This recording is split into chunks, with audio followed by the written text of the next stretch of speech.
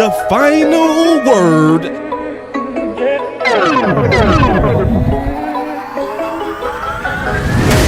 Everybody good? Everybody live? Sure. Alright, I'm just making sure. The final word. Because you know it's good to cut it early.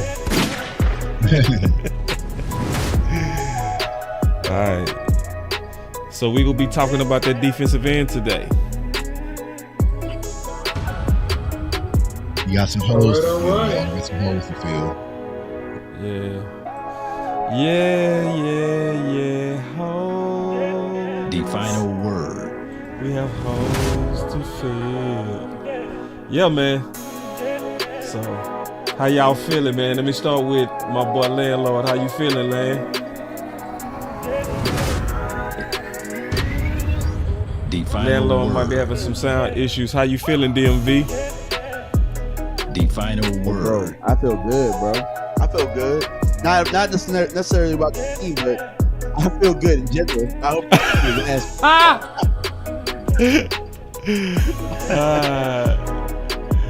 Hey, I feel a little bit better, man. See, y'all gotta watch me, man. I talk myself into some optimism. The final word. The final word. Y'all gotta watch me. The final word. you got some Kool-Aid? You got some Kool-Aid over there? word. The final. Oh hell yeah! I got plenty, bro. I definitely got plenty of Kool-Aid. I think everybody should have at least some. You know what I mean? At least a little bit. Think I'm good. Think I'm good. A better question is, do you have some Kool-Aid? I got zero, bro. Whoa, wait! I guarantee I got can nothing talk you to into tell some y'all, man. Kool-Aid. I guarantee it. I tried yesterday. So to my guy Kevin, great for having me on. I tried to pitch a little bit of Kool-Aid, but I had nothing to serve Cowboys Nation, man, with that. I heard you, man. You sure did, man. You, For free. boy, you couldn't get out no Kool-Aid, could you? I couldn't. I was trying. I was like, Dak and them. It's some good, bro. It's some good. Oh, D.M.V, we might need to do one more audible, bro. The final word. What's that, bro? Oh, hey, look. You calling the shots, quarterback? Final word. No, but I gotta talk to the coach, man. You know how it go, bro. We communicate. You know what I mean, on these option routes. Yeah. I got you, bro. Yeah, so I was thinking, because Landlord called me earlier and I wanted to discuss what he brought earlier and bring it to the panel. And then we go immediately to the draft. Is that cool? Yeah, that sounds cool. All right. I just wanted to make sure, coach. The final You feel me? Yes, sir. All right, man. So, yeah, man, I can tell that the optimism is high.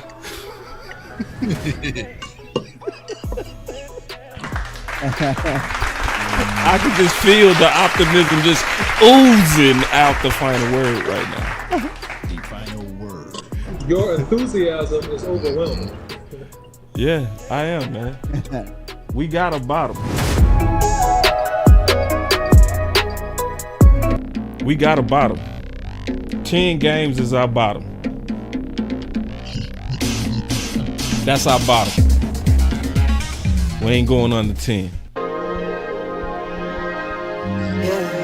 With that, I can live with that a little bit. Just a little bit.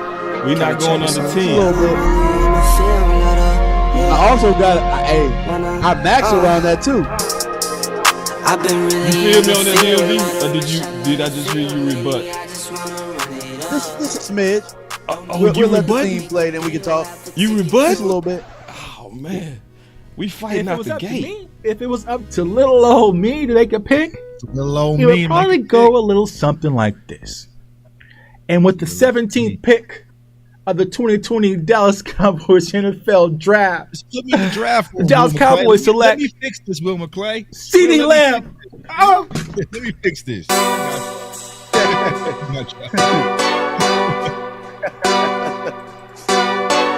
You say Will McClay? You let me fix it, man. Let me fix I will move down. The smart thing would be to move down, but the Cowboys, Boss could be a trade down here with Justin. We got to trade. We got to trade. We got to trade. I said this the place to move. We were just sitting here talking Justin Fields. I said it loud and clear. This is the place to move down. Go hard, or go home. Go hard, or go home. Go hard, or go home. Go hard, or go home. Touchdown like the end zone. When the circle turn to my home, can't get me out of my zone. Go hard, or go home. I love Parsons as a rush defensive end, right? If you draft him and you put him on the end, turn him into another DeMarcus Ware. Let him rush the quarterback, get upfield, and create damage to the other opposing offense. We got the pick. Man, here it is. We got the pick. Yeah, this gotta be Parsons. Like, Parsons the best player available. Go home. Yeah, these championship rings on my hands now. In my head, I'm top 10, yeah, that's hands down. You a squad, now you're looking man down. Funny how foes turn to friends now. So the Cowboys just selected Jake Ferguson with pick 129. Hey, I'm good. I love the pick. I love the player. I know that a lot of people will say that this is probably we need some more this Jake is about Fergusons where on I this had team, Jake baby. Ferguson. We already got really him. solid player from Wisconsin. Nah, I meant like he can do all of it. He can block. okay. Yeah. He can run routes. He can actually make people miss in the open field. Have a race car like a Atari now. Call filling up, I need product again. Treat the business like a playground, might slide on you. Do me wrong, might fly on you. Do a backflip, cause I'm mad rich. I'm the definition of what that is. Go hard, or go home. Go hard, or go home. Go hard, or go home. Go hard, or go home. Touchdown like the end zone. When the circle turn to my home, can't get me out of my zone. Go hard, or go home. Go hard, Or go home.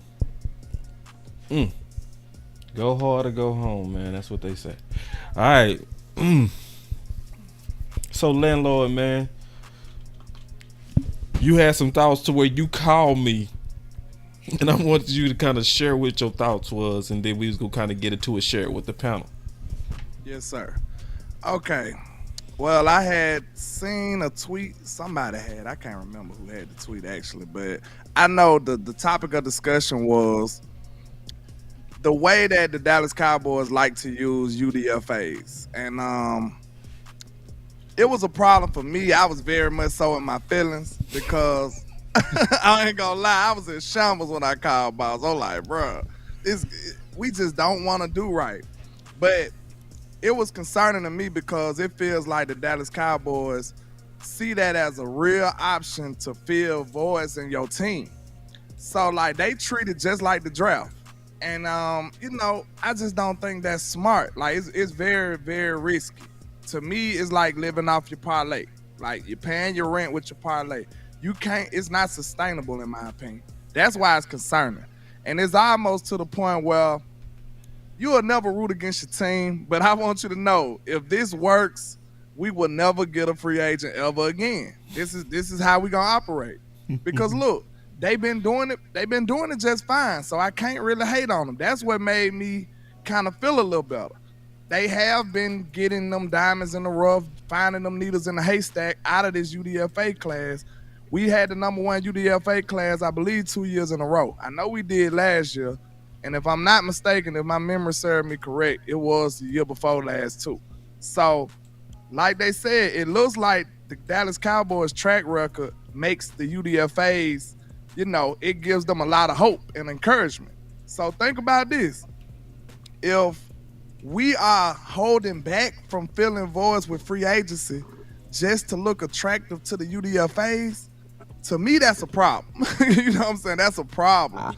So I don't think it's smart for us to use that as a valuable option to fill these voids on our team. I don't even look at the draft like that. So that's why it's a big problem to me. Not only are they using the draft like that, The Dallas Cowboys are using the UDFA class the same way. They looking at it like, oh, I can get a guy from here and fill my void. That's a problem to me. Mm-hmm. But that's the ego. That's the ego. Yeah. You know, because if you look at it, right, not even the UDFAs, man, but also going to the USFL, right, because they kind of hit on Turpin, right, and you saw what happened with Brandon Aubrey. So I think the Cowboys just like making things more complicated than it really needs to be. And in their mind, they think it works. Like, they really think it works. And honestly, like, for me personally, I get more excited, honestly, and I said this on Twitter. I'm not sure if I was the one that had the tweet that you saw, Landlord, but I'm more excited about the UDFA class than the actual free agencies. You know what I'm saying? Like, honestly, I'm more excited about the UDFAs this year than the actual draft, because I know that's where the Cowboys are really going to put up the emphasis as far as trying to fill some of those voids, because he got guys like Earl Bostic out of Kansas who made the roster. We got Wanye, you got Marquise Bell, like the list goes on and on, TJ Bass. And so in their thought, they're thinking like, hey, you know what? We don't need as many draft picks. We don't have to hit on these drafts because there's going to be some guys like they like the leftovers. Like, you ever have that homeboy, y'all ever have that homeboy but every time y'all go out to eat, like, he just wants your leftovers. Like, man, you gonna eat the rest of them wings? You gonna eat? That's the Cowboys. You know what I'm saying? Like, dog, like, hey, bro, let me get them last of them fries. Like, they just want to eat everything. You know what I'm saying? Can I add my analogy? Can I add my analogy to it? You know what I'm saying? I look at it as us shopping at Ross or Marshalls. You know what I'm saying? Like, we gonna get that polo. Now, we can't control what polo we get, but you know what I'm saying? Like, we're going in there to think, hey, we're going to look for a polo. And you might not get something that you want. You might not get the very best version of what you're going to get. But that's how we've been approaching it. That's really where our urgency has lied, if you think about it. They haven't been urgent with anything else. No contracts, no free agents. But as soon as we finish the draft, they be on the phones hard. They don't even make trades up in the draft. You know what I'm saying? So this is their Christmas, bro. This undrafted free agency cycle, which is crazy. But yeah, Landlord, I mean, like, I did a video on it yesterday, bro, saying the same exact thing. When people talk about the Cowboys draft well, they're really talking about the undrafted free agents added on to that. But if you really look at the draft, I did it myself yesterday. The last 5 years, they really hit on 13, 14 picks. You know what I'm saying? But a lot of times people say, well, they got these undrafted free agents, and that's part of the draft. No, it's not. That's the clearance rack. That's what it is. That's the Polo Association, man. They out of season. Polo Association. It ain't Ralph, though. You know what I'm saying? It ain't Ralph, though, man. You know what OC, what's your thoughts on it, bro? Like, you sitting back, man. We ain't heard from you on this. Man, I'm just relaxing, man. I just think the Cowboys are idiotic in their approach. You know, it's the same patient that goes to the doctor, and the doctor says, I got this medication that may speed up your metabolism, help you burn fat. And, you know, well, and the patient says, hey, man, I've been trying diet and exercise. Well, my question to you is, how's that been going for you? How's that strategy been going for you? I think you can get depth in some free agents after the draft. Yes, you can. But you can't fill holes. Starter holes, rotational player holes that you have by that. And the reality of it is that as it stands, the Cowboys have 5 draft picks in this draft. 5 draft picks. And you can make some improvements, but for what you're facing and what the other teams are doing that you need to be a contender, I don't think 5 draft picks is enough. So that's my take on it. I think it's an idiotic strategy. I think that good things come to those who wait, the leftovers after those people who have hustled. That's what I think. And the Cowboys should have hustled, and they have not hustled. That's how I think about it. Damn, man, I hate to bust everybody's bubble. I like it. Here we go. I like it. I do. I like it. Yeah. I think, and I'm standing on it because of this. That's the one area to where I feel like we're ahead of the league. Oh, what's going on, man? Oh, this was going on. Oh, yeah. That's the one area I feel like we're ahead of the league. That's also the one area where I feel like Will McClay has complete autonomy. And because that's where he has complete autonomy, I think that's where he cleans up. You know what I mean? So it does sound dysfunctional, but I think it works for us greatly. You know, when you look at, and me and Landlord was talking earlier, and I asked him one question. I said, was you super excited about Stevens? You know, all of us was super. As much as we love Ferguson, remember Ferguson was like, man, wait till y'all see Stevens. You know, all of us are excited about TJ Bass. You know, all of us are excited about Steele. All of us are excited about Bell. All of us are excited about Wanye Thomas. I think we doing something extraordinary, and I think it's a real good benefit that we are very, very attractive to undrafted free agents. And especially in a class like this, where it's just too much talent, this is also where I feel like we go do 3 years in a row of filling holes through UDFA. And I'm dead ass serious. Can I beg one question about it though? Yeah. Oh, go ahead. Go ahead. You gonna say the same thing, Landlord? You gonna probably say the same thing. Those are future moves versus what helps us right now, because a lot of those UDFAs don't come in hitting the ground running out the gate. You see what I'm saying? So yeah, it works for building and kind of getting extra younger talent on your roster, but it really not going to help you this year for the most part. You might have one or two, because think about it. We got TJ Bass that kind of filled the role from last year's class, and then who else? He was last year's undrafted free agents. And that was it, right? Well, that receiver was the receiver we drafted him just in the we drafted Jalen Brooks. Yeah, he was a 7. So besides Cropper was a UDFA, right? But he didn't play. Jalen Marino Cropper. Yeah. So he was on the team though, right? Yeah, that's what I'm saying. But outside of TJ Bass, like, who helped us last year? Nah, we ain't get anybody to really help us last year. I'm saying, what I'm saying is, I think it's a real good thing that we're attractive to undrafted free agents.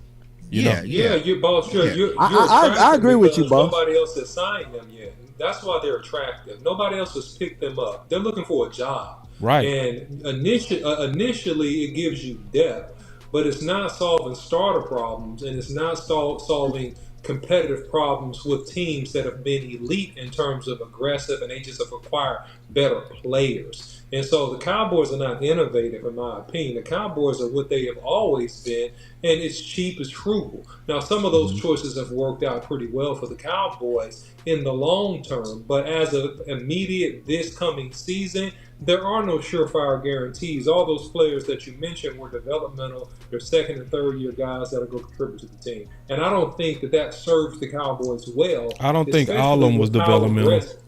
Because remember, Steele had to start immediately. Steele had to start immediately as a rookie. TJ, his first 8 games, and then his last 8 games, he was not horrible. That's not true. Because the last 8 games, he was not horrible. He was horrible his first 8. We needed him immediately, and he started immediately. We had no other good options but him. Yeah, we needed TJ Bass immediately. TJ Bass didn't start for you this year. He came in and did a great job on backup duty. I'm saying this is not a viable solution to be competitive and win an NFC East and try to win playoff games. This is what I'm saying. I'm saying that it's a cheap, watered-down way to build your roster versus being aggressive and spending money and moving pieces when you need to. Listen, the once in, let me say, 100 or so unrestricted free agents that you get with a steal, you know, is the juxtaposed to the 99 that are not like a steal. They don't turn into a Pro Bowler, right? That's an anomaly, right? And so I'm saying I'm showing you it's not, because you saying steal, but I showed you also TJ Bass. So it's not just steal. He was not a full-time starter. He was not a but I'm full-time saying, starter, so you saying you don't think he could have started this year with what you saw? I'm not saying could he have started or not. I'm saying he was not a starter. Okay, based on what you saw, do you feel good about him starting next year? I feel good about his upside, absolutely, but it has to be proven out. I feel good about his upside, 100%, but it has to be proven out. Can I ask a question? Let me ask you a question. All right. So getting these undrafted free agents, right? Where does going and getting these guys take from the time of getting 1 to 2 free agents that would help us right now to fill a starting role? That's my question. That's a good question, and there is a compromise to me. This is the compromise. There's 2 positions you can't play with this with. Defensive tackle, defensive end. Don't do it. Get some experience. Or you better have some experience up and coming on your team. Everywhere else, I'm cool with it. And see, that's the compromise to me. What are our needs? What are our needs right now? Oh, okay. Yeah, let's look at it. I got it right here. Those are 2 needs. Those are 2 needs. Yeah, it is. But we also said we need to have some up and coming, right? I say we do, especially on one of the defensive ends, with Sam Williams going into year 3, then Fioku going into year 2. You know, I don't really trust that. You know, I'd rather him be going into year 3 before I trust it, right? Because I feel like year 3 is where your defensive tackles and your defensive ends kind of hit their maturity, right? Yeah. So we have a void there that I wouldn't trust a UDFA. I wouldn't. We have a void at defensive tackle where I wouldn't trust a UDFA. You know, but in terms of it as a strategy and being a top recruiting crew to the Dallas Cowboys, I think it's a good, I'm just being, in my opinion, I'm trying to be fair. That's one place to where our guys is attractive. You know what I mean? That's the one place it's attractive to where you can go sell these guys. Look, you can go to another team, you probably ain't gonna start. But your agents know, if you come here, we want to play you. Yeah, it's sweatshop labor. I'm telling you straight up. Sweatshop Cowboys, baby. Hold on, boss. But the thing is, right? We are doing undrafted free agency what we're not doing in free agency. Yeah. Marquise Bell was going to Philly. We outbidded Philly and put some extra in the bag. The same thing with Hunter Lukey. We put extra. That was the other person, Hunter Lukey, this year, right? We paid Hunter Lukey extra to bring him to Dallas as an center. So we're being aggressive with these undrafted guys, but with the real free agents that we're not. And you mentioned like Terrence Steele, but when you hit on a Terrence Steele or possibly a TJ Bass, what is that saying? That you missed on a Matt Walesko, that you missed on a Josh Ball, that you missed on an Awesome Richard. Like that's showing your strikes that you missed in the draft, that these undrafted guys are able to step in and fill the void. You see what I'm saying? Yeah. Because if you would have hit on Jabril Cox, or you would have hit on Damone Clark, I mean, not Damone Clark, but Harper and some of these linebackers, you are probably never even seen Marquise Bell. You're seeing Marquise Bell because you striking out the linebacker position. You see what I'm saying? So it's like, I don't think it's a strategy to really lean on. It's just extra, saying cherry on top. But to say, you know what, if we bomb in the draft, we can go get some undrafted guys to fill the void. Absolutely not. I mean, other teams have it too. We just don't pay close attention. Like the Ravens hit on Keaton Mitchell. The Minnesota Vikings hit on Ivan Pace. Like, so other teams are doing it. So I just don't think it's something innovative that the Cowboys are doing. They're just getting opportunities because we bricking a lot more. We got no choice. Yeah, we ain't got no choice, bro. I got a theory, man. Y'all hear me out. I said it. I want y'all to hear me out. I think this is where Will McClay has autonomy. So it's almost like some of y'all. It's almost some of y'all dealing with your wives. And you want to know why he got autonomy? Because Steven is like, go get us some cheap labor. That's good for the books. That's what I'm saying. But it's his eyes so good when you let him go shop. Now, if you bring in Jerry Jones Jr., right? If you bring in Steven Jones and Jerry, all of them shopping in Walmart with you, it's gonna get convoluted. But I think this is the one area where they say, all right, man, go get it. Go. And then he'll come back with some beasts, because this is where he ain't got the wife with him. He able to go in there and just, hey, man, let me get you know. You know what I mean? He ain't got and he go in there and he be coming back with bags. Yeah, he going ham. Yeah, he come back with bags. And I think it's something that worked for us low key. And I'm just being honest. It's low key. Yes, and I do agree. It is developmental. It is. Right. But we've had some hits too. I feel like if we would have even made Hunter just a lead blocker, and then try to make him a short yardage specialist, he was blasting balls on that lead blocking. Well, you can say from a fullback, he was a hit. Our undrafted class is better than our drafted class. And it is low key, bro. I mean, because that's why I was so excited about Isaiah Land, and because like we were hitting on the undrafted guys, where I stopped even paying the drafted guys attention. You know what I'm saying? So I do give some credit because I think that's where whoever it is, like if it's Will McClay, that's when they really start cooking. And me personally, that's where I get excited because it's like now it's like maybe because they're more thinking more freely. I don't know. You know what I'm saying? So, because like we were all high on Hunter Lukey last year, I would actually draft him, but to able to actually get him as an undrafted guy, it's like, yeah, you know what I'm saying? So, and like I said, they'll put a little extra in the bag if they really like you, like they did for Bell and did for Hunter and some of those other names. So, there's something to it. But as far as championship team next year, I'm not leaning on no undrafted free agents to come in and fill none of these voids. And look, nobody can say anything about Will McClay. It's actually two areas that's going on right now. It's two areas. I think we missing one. Not only is it the UDFAs, because your picture just reminded me. We doing the USFLs and the XFLs. Right. The Cowboys just bargain all around, bro. Like this is NFL G League. This is who they are. They have no intentions on spending no real money nowhere. I think y'all tripping, but look, they successful with it. That's what I'm saying. That's the key. Wait, that's the key part. Hold on. This is the question I've been trying to get off the whole time. I've been letting people go. I'm been forgot. Did it so you I've been trying to get it out. This the question though. I just want to ask this. Take away your biases. You know what I'm saying? We gotta relinquish ourselves of the biases that we might have. And ask ourselves this question.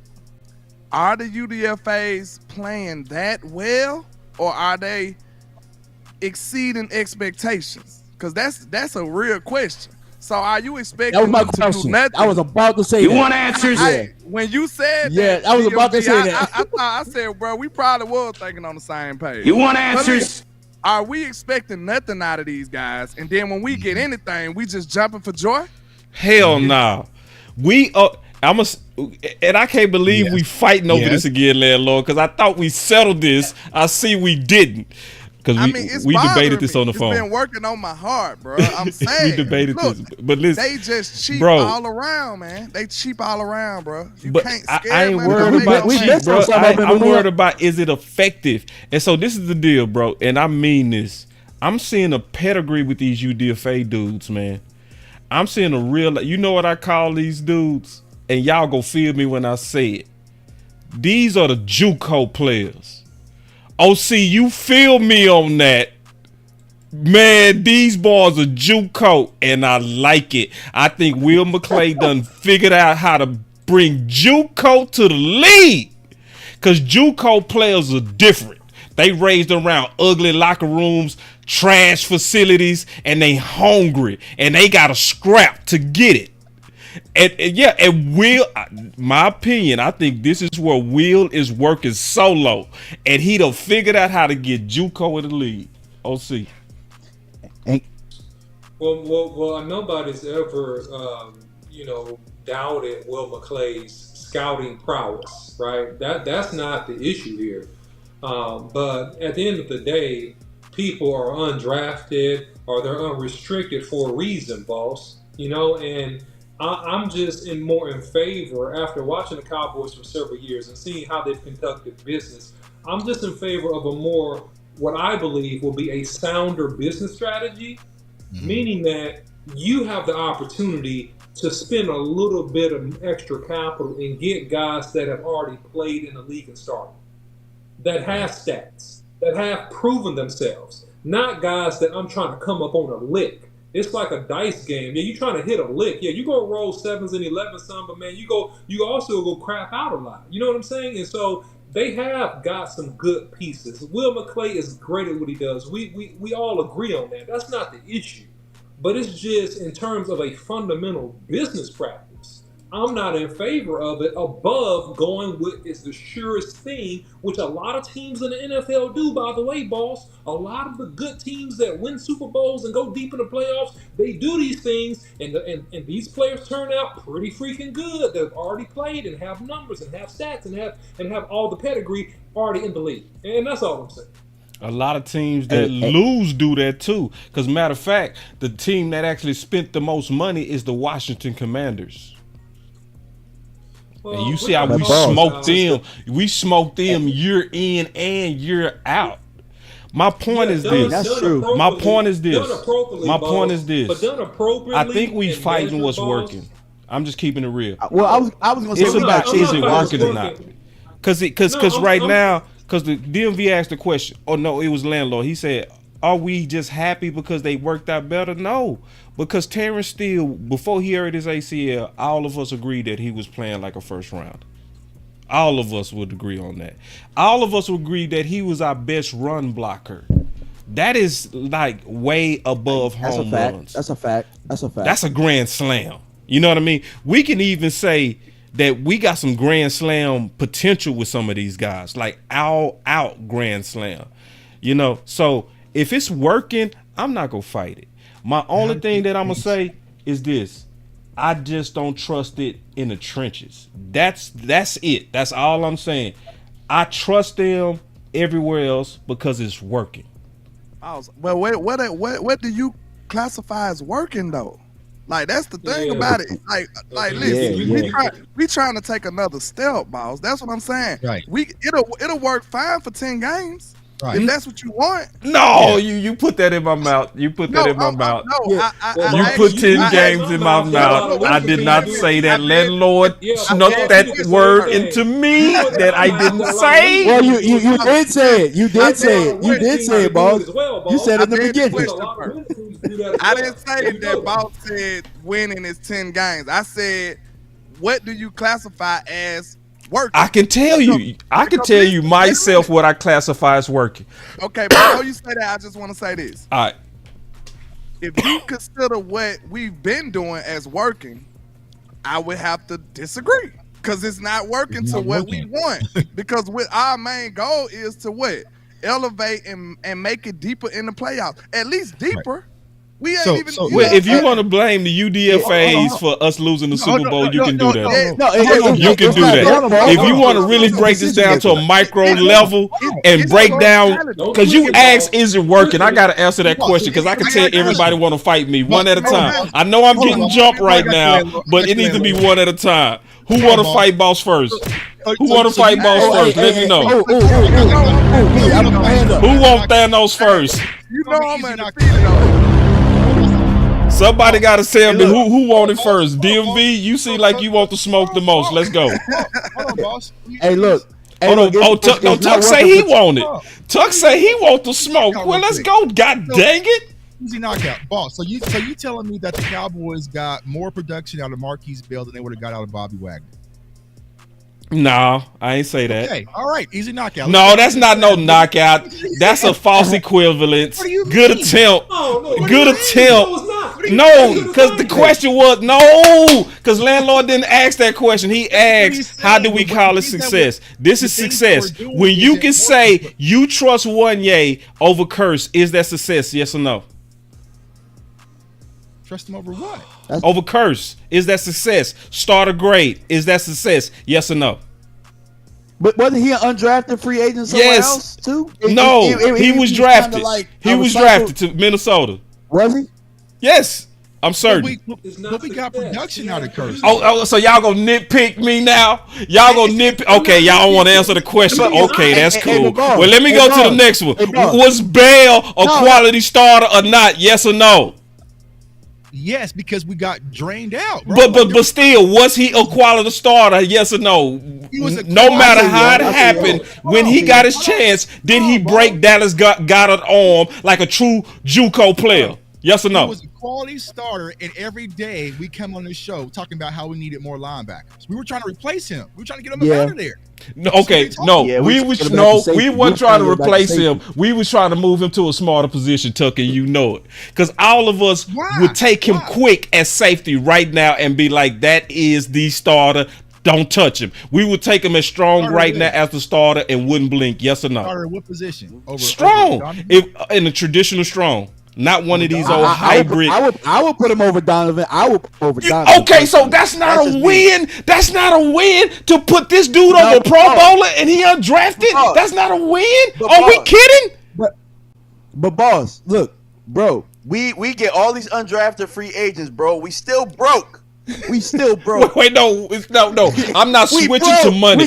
I ain't switching to money. I am talking about effectiveness. Okay, you telling me? No, we going one by one. You telling me? And we broke. Are you telling me still it's not no super quality starter? Are you kidding me? We got 1 year. Right now, no, but that's because of injury. Man, I can't believe y'all, man. Listen, I still wasn't a liability last year. Damn, I didn't think I came in here to whoop everybody. Still wasn't a liability.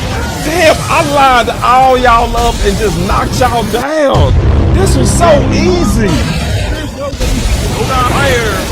Undrafted guys are better than free agents we could have got in the free agent market. You know when it's my turn. You know what I'm saying? Go ahead, Landlord. Go ahead. All right, I'm just saying this, right?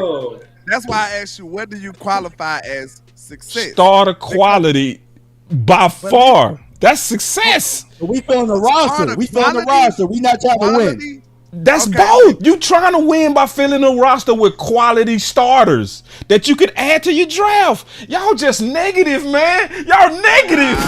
Y'all negative. We got no sugar in them, bro. Not today. Just flat.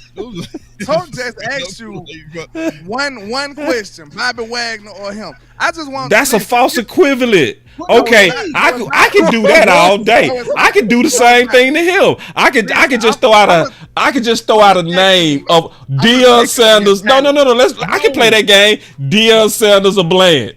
We're asking you. Come on now. I can pull up any hypothetical. That's a false equivalence. No, bro. That's not how we do it. Marquise Bell at linebacker. You know what I'm saying? We're saying you're only having to hit on these undrafted guys because you're not doing what you're doing right now.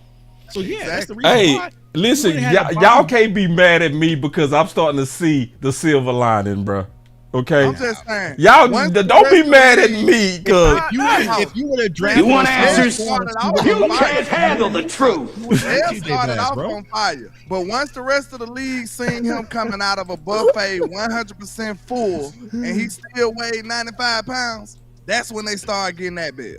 Real talk. It was a turning point. Once they realized, hey, we gotta. We ain't even talking about defensive end yet, bro. That's when we finna get at it, but that's when everything shifted with the Bell stuff. I'm pretty sure. Like I just said, I just want you to know, bro.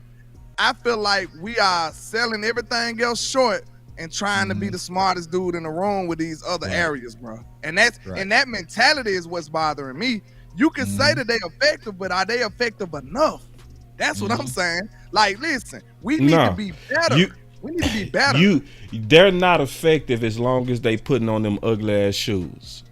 When you are not, whenever I say ugly shoes, I'm talking about defensive tackle. You cannot solve that problem in UDFAs. You can't, right? So that's where they being too smart. You know what I mean? But all I'm saying is I'm not complaining about 6 quality starters in the last 3 years, bro, from UDFAs. I'm thinking that's a good thing. I'm thinking that's a great thing. And that's something I'm not gonna complain about. That's something I'm gonna be excited about, and that's something that I'm expecting them to hit on again. And I think Tuck said it best. I am excited this year for what we gonna do again at UDFA. I think it's gonna happen again. Hey, boss, I got a question. Boss, I got a question. So you said that was 6 in how many years? About 3 years. In 3 years? About 4. So I got us hitting, like in my notebook, I got us hitting on 7 draft picks in the 3 years. Yeah. That's a problem. That formula, the formula, the formula doesn't work as well when you're Why not is it a problem when they are getting sweatshop ties? No, that's not the problem. See, they can do that and get free agents. That's my issue. Why can't they do both? Listen about this. This probably the best example I can give you. Would you rather Will McClay shopping like he's shopping now? Just imagine Will McClay with Howie Roseman freedom. Bro, we would win about 10 Super Bowls messing with Will McClay. If he was able to do anything he wanted to do. This is what we desire, boss. This is what we telling you. You want to let Will McClay stay at that level and shop at no, that's not true. That's not true. Like. I know it don't. No, wait a minute. No, because you misclarifying what I'm saying. Can I tell you what I'm saying, and then you can correct me? Go ahead. I don't want Will to stay where he is. I want the strategy to stop at defensive tackle and defensive end. Everywhere else, I'm cool with it. That's what I'm saying. You're not getting it though, because listen, if you give the Joneses that much power, they gonna take them out. They hear you. They like, man, listen to how Boss love us doing this, man. We ain't got to get no free I think it's the opposite. I think y'all they want like, good, what you not go get. You trying to say, I want a world where Will McClay runs everything like a GM. You not go get that. The only thing you go really get truly is a compromise. That's why my idea is probably the best, because at least mine is a mix of his shit and mine. But you ain't no way you gonna get them to do all the Will. Come on now. So it's gonna have to be some type of compromise if you're dealing with Steven. Steven's issue, in my opinion, when it comes to this. What I'm saying is that it's something that we should lobby for, and it's something that we should allow the smarter people to execute to build the personnel and a championship team. All the meddling that the Jones family does has worked against the Cowboys long term every single time. Let football people make football decisions, and that should be an argument, and there's nothing wrong with pushing for that sentiment. There's nothing wrong with that. Yeah, man. But good debate. That's why I wanted Landlord to bring that up, because I knew that was going to get us going. You know. Now, let me ask y'all a question. What would make you change your mind this year? I'm going to start with you, Tuck, on this strategy. Change my mind on what? The strategy, UDFAs, filling holes. I mean, nothing. I don't think you wouldn't change. You would, no, bro. It's nothing they can do to change your mind. I would prioritize real free agency over undrafted free agency anytime, bro. There's no way you can convince me to jump out of that. Okay, like no, because think about who were the guys that really helped us last year, and they wasn't free agents. It was Gilmore and it was Cook. People who's been in the trenches before. Like TJ Bass didn't help us in no playoff game. You know what I'm saying? They didn't use Malik Davis in no playoff game. Marquise Bell didn't help us in no, like when it's really time to go to war and beat the teams that we're trying to beat. All that undrafted free agent stuff is no longer cute. You need people who's been in the trenches and been through war before, and that's when you need your Bobby Wagner. That's when you need, your Derrick Henrys. That's when you need those types of guys. Some undrafteds can't save you. It's cute versus the Giants. You know what I'm saying? It's cute versus the Panthers.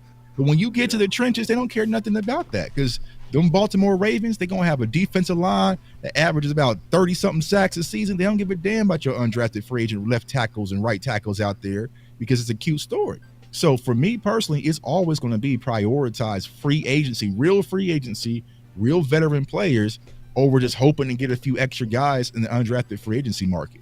You know what I'm saying? So that's where I'm always going to be, bro. So honestly, but I know the Cowboys' philosophy, they feel good because like Landlord said, there's people like Boss like, well, we do pretty good undrafted free agents because you brick it in the draft. You brick it in the draft. Airball, you have all these draft picks. How many draft picks we have last year? Seven rounds full of draft picks, and missed on them, like pretty much all of them. You know what I'm saying? So yeah, there's some opportunity for undrafted guys to step in and fill the void because you have half your draft class who was inactive last year. Yeah. What would it take for you to change your mind, D.M.V? A couple things. It would take us getting Dak and CD's deals done in order to create space for the post-June 1st cuts, because after the draft, there are going to be some guys that are cut off of rosters that could help us. And if we're not in the position to do so, I can't get excited about anything. And so it's piggybacking off of what Tuck said. But if we can't get our our key contracts done like they said they were going all in on, then there's nothing to be excited about. What would get you to change your mind? I just I'm not a fan of it, honestly. I can't drink no Kool-Aid right now. I just can't because it's you got to think about this. Like he said, when you take the Kool-Aid down. Hey, shout out to Kool-Aid McKinstry though. We might need to drop that corner though. You know what I'm saying? Double entendre. But yeah, man, I just don't really see I don't see it being smart, man. Cause look, it's like we got water guns. Everybody else got real ammo. Everybody else loading up with real ammo, live ammo. They ain't shooting blanks. We up here filling our gun up under the sink, under the faucet. You see what I'm saying? we got fake weapons. You been wait. That boy say we got fake weapons. Ooh, that boy called them boys weapons. Oh man, we filling up the water gun. They out there with super soakers. We got the water gun, the one you got to sit. Man, damn landlord, that's cold blooded, bro. What the other teams? That's what the Eagles telling us. Put that little shit up. Right. Off Harlem Nights. You remember that? Everybody shooting. Brrr, bow, bow, boom, boom. That boy said, pop. That's us. Yeah. You care if you got stay calm? Look at my undrafted free agent. Remember that movie, man? We got Rico back. We got Rico back. Oh, see, what would make you change your mind, man? Man, it'll be very difficult. It'll be something that I don't believe would ever happen. 90% of these guys become starters. A couple of them make a Pro Bowl in a given year from being picked up. Otherwise, it's a ruse, man. It's a situation that trusts game experience and proven productivity versus value picks that could do something for you.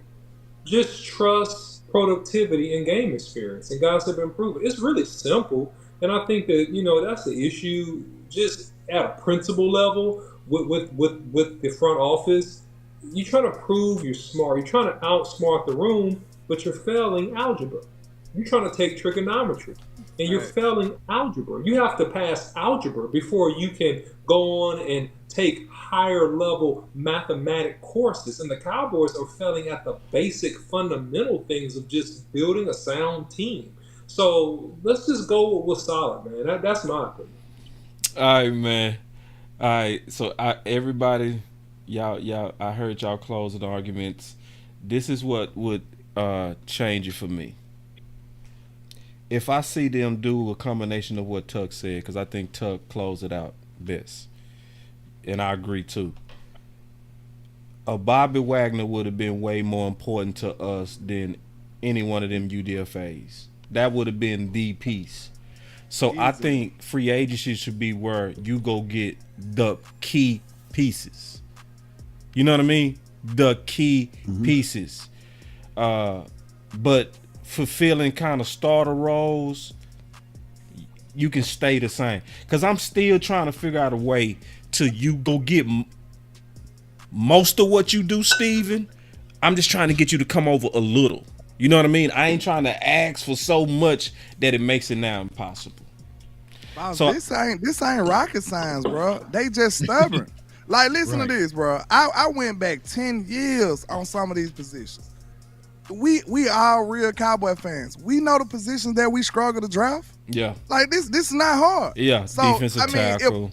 Safety, linebackers, we get good ones, but they be hurt. They don't last long. Like we gamble in the second round. Exactly. Right. So this all I'm saying. It's obviously that they are stubborn and just bullheaded. Because think about this: if you know you can't draft this position, go buy it. Like what's so hard about that, man? Like we'll have a much better team, bro. If we can't, if we struggle year after year, if we struggle year after year, boss, that's why I have minimal hope, because I know that they know better, but they won't behave like they do.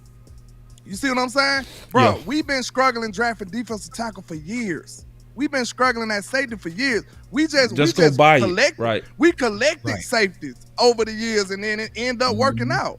Like, bro, we've been struggling with all these positions. If you're a real team trying to win now, it's a simple solution. Yeah. We suck at this. It takes self-evaluation. You have to look in the mirror and say, hey, we suck at this. Let's go buy it. Let's take somebody else's. Take it the Lakers' way. Do what the Lakers do. Take everybody else good players. That's what you do. You don't have to draft well when you the Lakers. You just wait till the player develop and then steal them. That's all they got to do in certain positions. Right. That's it. All right, so we doing an audible. We usually do the draft simulator at the end. This time we go do it at the beginning. All right. So we gonna assign a GM this time. It was me the first time, then it was Tuck the last two shows, right? So I think because you was the GM the last time, right, Tuck, when we finished out, because you went defense.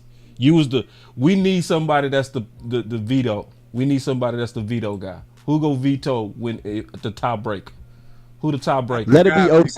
Let it be the OC. OC, you the tie breaker, okay? More level-headed guy. Yeah, you the tie breaker, all right? Because sometimes we get into these fights on here, bro. Because here we go.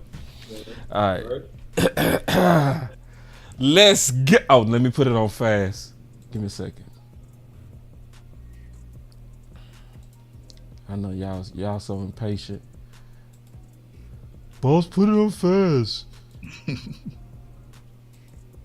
You impatient ass people, man. All right, here we go. I like to build a suspense, you know what I mean? We're rejecting that. All right. Ooh-wee.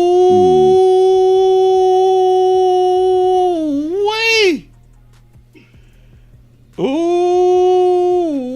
All right, so let me look at these tackles. All right. Tackle got swallowed. Let me look at the wide receiver. I see some temptations on here. I see a couple of temptations. Man, don't do me like that, boss. Y'all know damn well we ain't drafting no receiver. This defense, bro. To me, since y'all scared, I'm gonna say it, you got to go with Chop, especially since we talking about defensive end and he on the thumbnail. Yeah, I'm between Byron Murphy and Chop. Hell yeah, I'm going Chop. Are y'all rocking with the line? How it's currently constructed? We need I'm rocking with the line. Our D line might be in worse shape, bro. Low key. True. Our D line. Yeah. And there is a way to you can make a starting line out of what we have right now. You can. You know what I'm saying? Yeah. So knowing that you can, we can go somewhere else that's a true need too. And this is a good player. I'm saying Chop or Byron Murphy. But I think I gotta go Byron Murphy right here, bro. I think I gotta go Murphy too, bro. I think I gotta go Murphy. That's Tuck, you so quiet, man. What's wrong with you today, man? Nah, I got game day, bro. But Chop Robinson easily is the pick right here. Ooh, we got us a split. Yeah, I ain't mad at either. I'm not trying to stop. I'll go over Chop. Be tackle like that's. Maybe you know undrafted, but no, hell no. I'm not trying to stop the run. I'm not trying to stop the run with the defensive tackle as a rookie because defensive tackle as a rookie, it takes them time to develop. So if I'm in for this year, Chop Robinson is the most versatile, war disruptive machine pretty much in this year's draft. So I'm going with Chop Robinson easily out the gate. You talk me in the Chop, bro. You talk me in the Chop. OC. Yeah, Chop Robinson and Micah Parsons, same defense. I'm with Chop. Let's get it. We can move Micah back. So you know what I'm saying? Chop almost my top. Hell no. He not? I'm talking about this trade. Oh, okay, yeah. Chop, he almost. You like Chop better than Dallas Turner? Hell no. That's why I said almost. But That's why Dallas I is said Dallas, almost. Dallas that dude. But you Yeah, know, every he- time yeah, I Dallas say something about a dude. Bama guy, they say I'm biased. Man, so Dallas I is try to no. low. Let's talk do that about on the that. low. Dallas is I try that to do that dude. on the low. Dallas You know? is that dude. Yeah, he a monster. Yeah. Man. He is. I mean, he just ain't gonna be available. Dallas for remind us. me. No, he ain't gonna be available for us. But No, That's he- why he's I gone. asked it at the He's beginning gone. of the show. Are we talking about just in general or people that we can actually draft? no, we talking about the people we can actually draft. That's why we was talking about Chop. Yeah. All right, back to the draft. Adrian Cooper. Yeah. Man, we could say screw linebacker. Man, Man, I'm telling Patrick you, bro. Paul, man. Yeah. We can You know say what? screw No. Wait, linebacker. guys. I would take a different look at this, being that like we talked about the O-line, Zach Frazier's sitting right there too. That's your starting center. So that might be something we might want to debate and think about.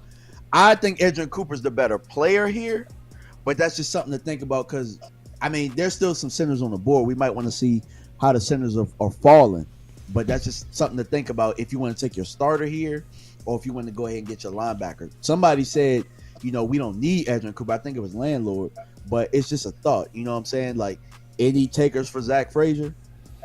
I want Patrick Paul over Zach Frazier.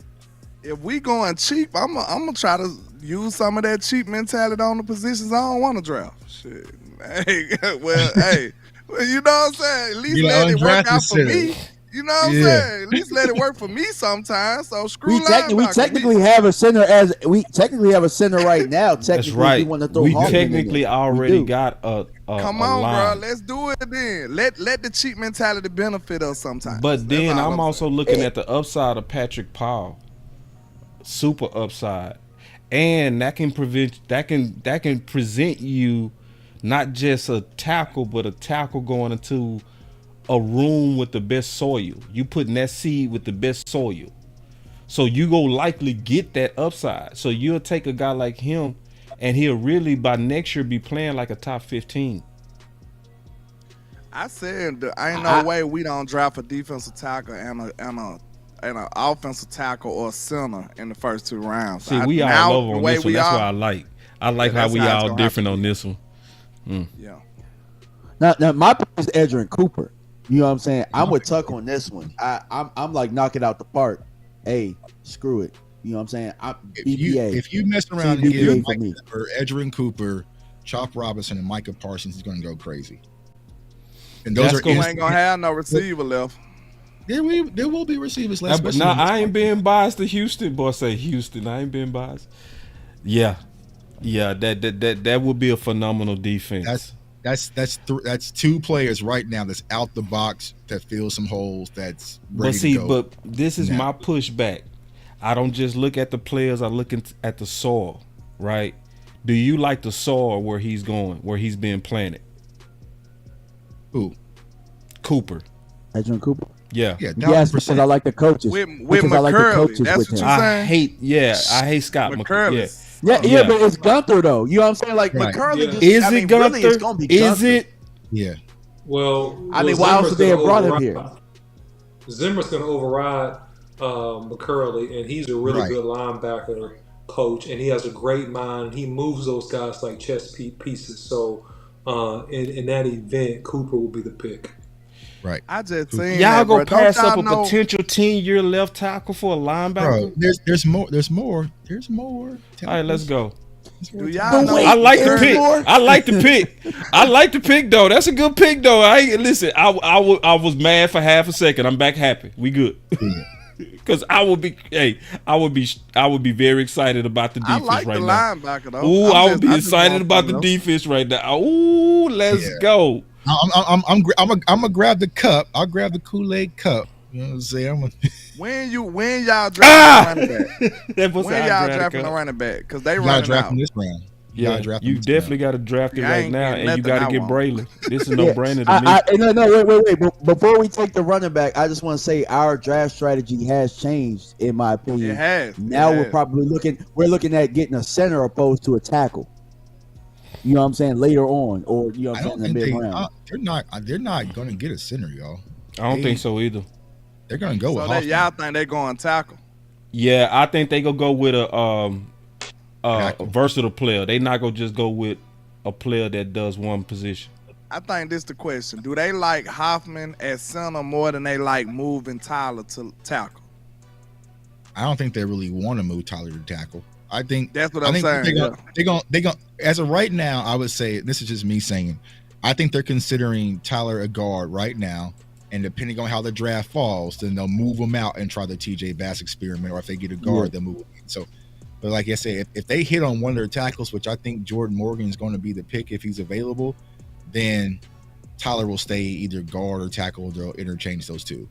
But right now, how the draft is going right now, though, we got to kick him out based on how the draft is going for us right now. With what we picked right now, he has to go out to left tackle. Right. Yeah. Based on what we doing right now, he has to. Yep. Our last pick, to me, is Braylon. What was the running back? Wisconsin. You like him over Blake? What were the running backs that's left? Blake Carl right there. Running Will backs. Shipley out of Clemson. I mean, I think you got to go Braylon. Braylon.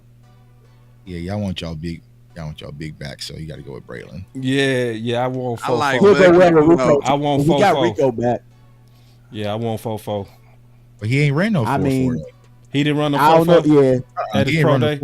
He didn't run it all in his pro day or combine. Blake didn't even run a 4-4. Yeah, he didn't look like he ran no 4-4. Yeah, so Braylon's probably like a 4-5, 4-6. He looks 4-6. Yeah, but he's a big back and he's only 20 years old. How tall is he? Like 6'1". Like 6'1". Okay, 6'2", but Will Shipley play real tall too. He run straight up. He looked like he about 6 feet, but he ain't. Yeah. He run like it. I would go. He run like it. Yeah, I would go with Braylon over Shipley. Yeah, let's see who. Yeah. I like Will Shipley though, but he just runs straight up. Yeah. Yeah, for me, the best running back is Blake Corum. Like, he's the best. I was asking, would you take Allen over Corum? Because I like Corum too.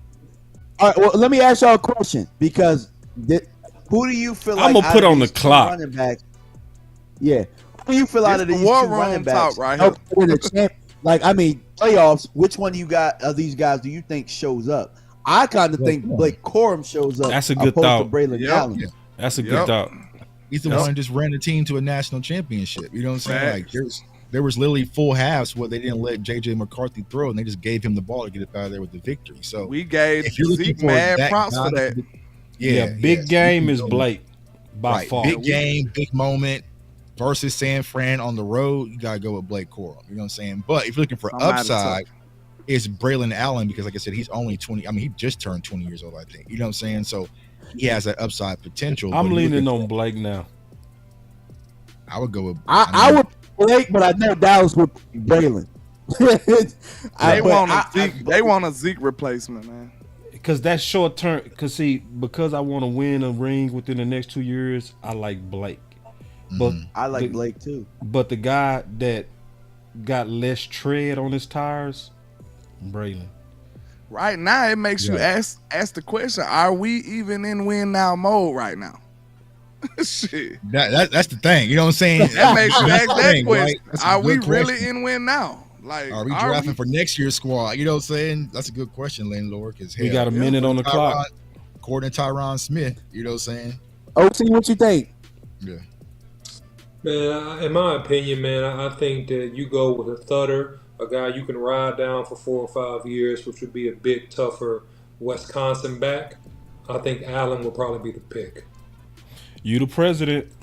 That's the pick. That's what I think. That was efficient, man. That's why you got to have somebody that make the final decision, man. I like that, man. That was good. I'm gonna screenshot this. Now, before let me screenshot that real quick, because I said I was gonna do that last week and I didn't. I got an analogy I like to use for the draft picks. Well, for the needs we have, I say on my channel, I say, man, hey, if it was an ambulance, where would the ambulance go first? Like, what position is in critical condition? Like, would they pull up on the defensive tackles first, or will they pull up on tackle. the running backs tackle. first? Like, who would they pull up on first? The ambulance. Who is in the worst condition right now? D tackle. Yeah, D tackles. D tackle's in the worst condition, but the problem is you don't have an instant plug and play guy that can really hold down a two gap in the league. I don't think you got that guy in this draft. So that's the issue with pulling the trigger on the D tackle. That's my opinion. You guys may see it different, but I think running back is your safe bet. What's that? So by default you'll have to. Excellent.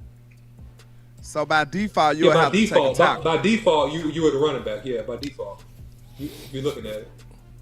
I want to run something else by y'all before we do another draft, just conversational, and then get into the defensive edges. Okay.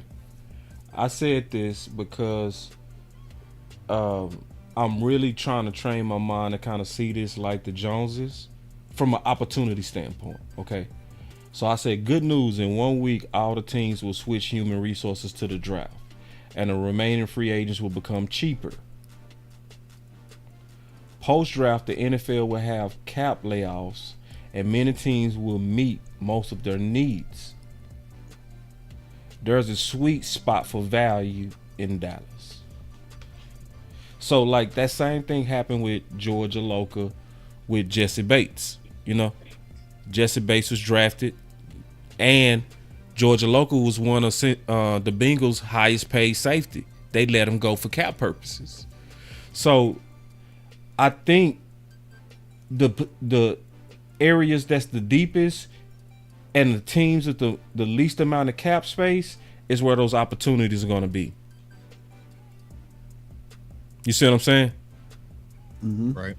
So receiver, like teams that's going to move on from receiver because it's a deep receiver class, it's a deep tackle class. I would also say it's a deep edge class. Would y'all agree on that? Corner. Corner too. Yep. Corner too. So do y'all see where there could be some potential in terms of the second and third wave of free agency? I do. For certain. Actually, when I made my earlier, I might have saw your tweet, and it made me think. And that's why I was like, but we're not even in a position right now with our contract situation to even make a move on some of these. You know what I'm saying? They might be cheap, but we still have to make maneuvers in order to, you know, be in a position to get some of these guys, you know, and we still have to pay our draft picks.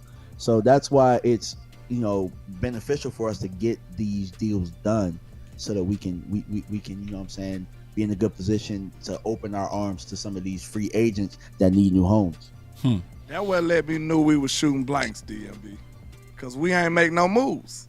You know what I'm saying? That's right there alone let me know that we weren't talking about nothing. But we usually free up space right before we getting ready to make the move. Yeah. And we didn't do it. So I'm like, which mean we probably ain't looking to make no move soon. So like that's why by next week it ain't gonna be no more free agent talk. Everybody gonna have their resources on the draft. You know what I mean? Yeah, including us. That means we're not going to negotiate with the guys we need to negotiate with. So then we'll be we're creating a time crunch for our own selves. You know what I'm saying? I don't even think it's creating a crunch, honestly, D.M.V. I don't. I think the market is going to turn against the players who waiting. Because once you get past that draft, what do all teams usually say after they draft? We good. Right? Right. Yeah. You know what I'm saying? So that means if you still out in the market, your price just went way down. That's Cowboys market right there. Stephen Jones dwelling. That's where it is. That's where you can find and that is where we get the DT though. I think that's where we get the DT. Yep. You might even get a center. You might get a center too. Why we couldn't just put no real money towards it though? This was a strong defense. But because it might work. Bro. That's the point. Is it? It might. Might no. Yeah. Nah, but see, because man, listen to the thing, man. To a degree, Steven is right, so man. When you throw that chicken in that fresh grease, it be hot. Gotta let that grease settle, man. Except for DT, you gotta go pay for that. But I do agree. That's where we go get our DT. We go get our DT after the draft, and it's gonna be at a good price. Don't you have the doom doom doom? Yeah, I do. And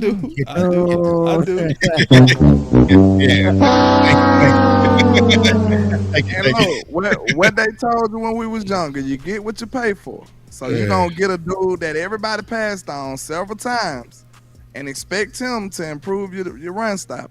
Yeah, that's what Hankins was. That's what we got. That is what Hankins was. Yeah, that's what Hankins was. Hankins did okay. He did okay, man. We ain't doing that today. We're not doing that. We're not doing that. Hankins was okay, man. We not gonna just do that, bro. But you Hankins know what? started out good first year. My issue ain't getting one Hankins. Why can't we get two of them? Let's get two of them. You know what I'm saying? Right. Like, don't just get one and then you're dependent on one. I agree. Get a couple of them. I agree for sure.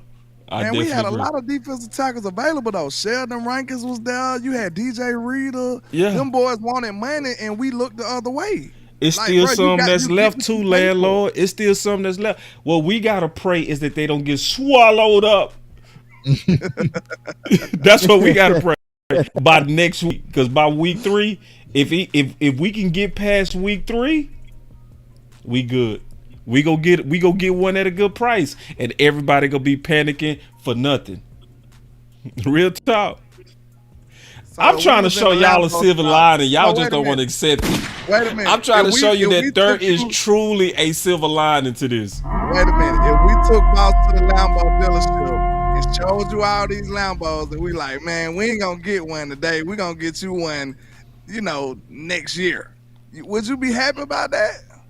You gonna wait till they all the mileage run up? Now you want it? When you could have got a brand spanking new one? I mean, yo. You can hold on to this RAV4 while we get you that Lambo. You know what I'm saying? Bro, them dudes you talking about after the draft, they are the undesirables. Maybe you just panicking, Landlord. What if it's that? Hey, it's possible, man. I think it's justifiable at this point. The Cowboys have done so many things that was just untraditional. Right. At this point, I don't know.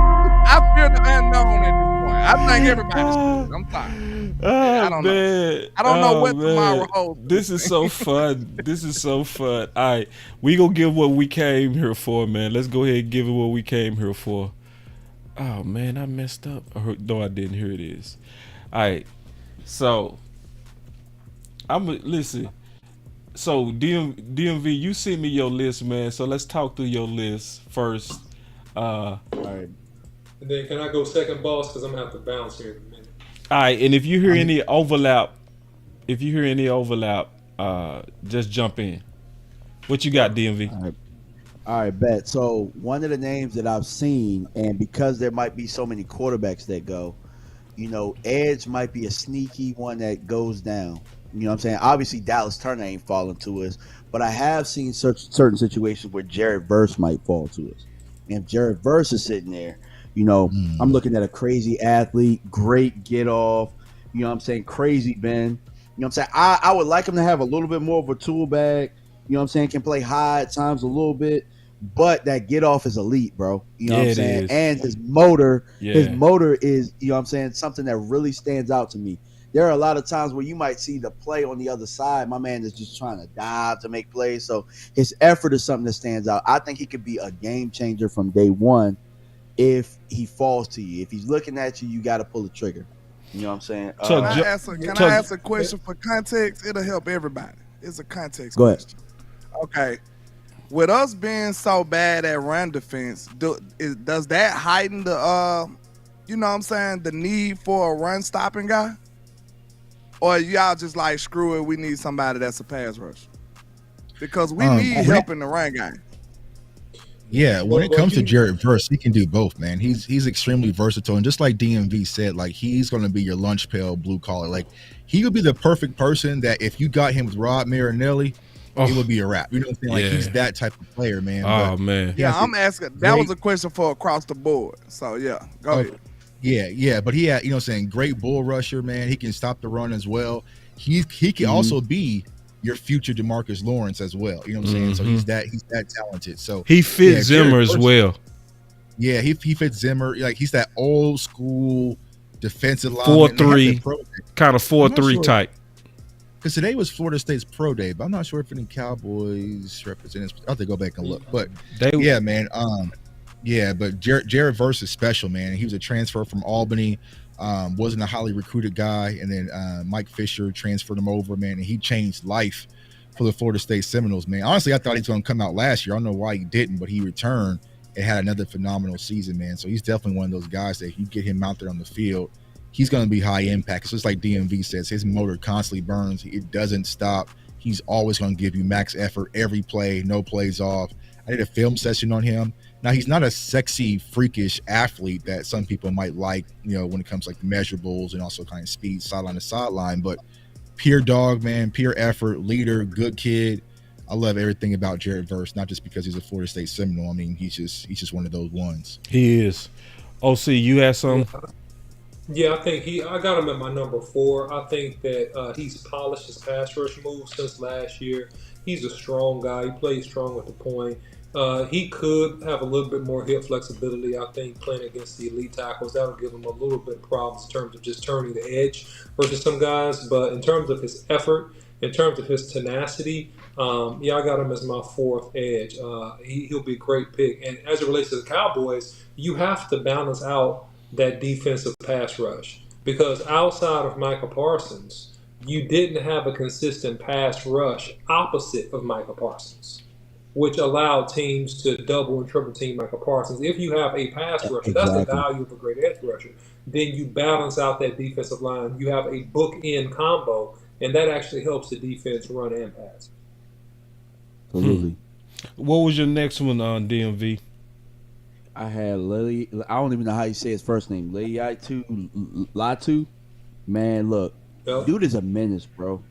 Plays with bad intentions, great strong hands. You know what I'm saying? He's a guy that in run support, you know what I'm saying? He's going to do his run fit. He's going to hold that defensive lineman up. You know what I'm saying? If you watch him against Arizona, you watch him against, you know what I'm saying, USC. You like him more than Chop? USC. Yeah, I like him more than Chop. Yes, I do. I like him. I like him more than Chop. You know what I'm saying? He had a neck injury in 2021. I know that's going to scare a lot of people. Yeah. You know what I'm saying? But he's a guy, man, that we've been talking about bodyguards for 2 years. This is your bodyguard right here. He's also, you know, like the OC said, he's going to help balance out your defense. But more than anything, I think that he's a great fit with Mike Zimmer and what he likes out of his ends. You know what I'm saying? Yeah, he a Yeah, and I would say he's my number 1 boss. He's my number 1 edge. He's technically sound, and it's not just over Turner. You know, he's my number 1 edge, and I'm gonna tell you why. Oh hell no! Yeah, I know. No, I'm messing with you. No, I respect. I respect. Because, and I'll just say the differences real quick. Now, Turner is just an extreme freak athlete, right? And I'll talk about him, you know, in a second. But what you get with Latu, you get a guy that plays with tremendous IQ. He recognizes plays and he rushes and reacts based upon the play. If you watch his tape, his play recognition is fantastic. He plays with tremendous hands. He never loses a hand fight versus an offensive tackle, which is very, very hard to do. And that's the thing that's going to translate super well. He has a good get off. He has length. He knows how to stick. He knows how to swipe hands. He knows how to rip. He knows how to swipe. He can bull rush you. And the dude is just consistent. So he's that guy that because of how he plays, he can play strong with the point and pass rush. But he's the guy that he'll start as long as he gets enough sacks. He'll get double-digit sacks this rookie year. He's that guy. And I just like his IQ, which is above Dallas Turner. He's above Dallas Turner in terms of IQ. In terms of football IQ No. Wait.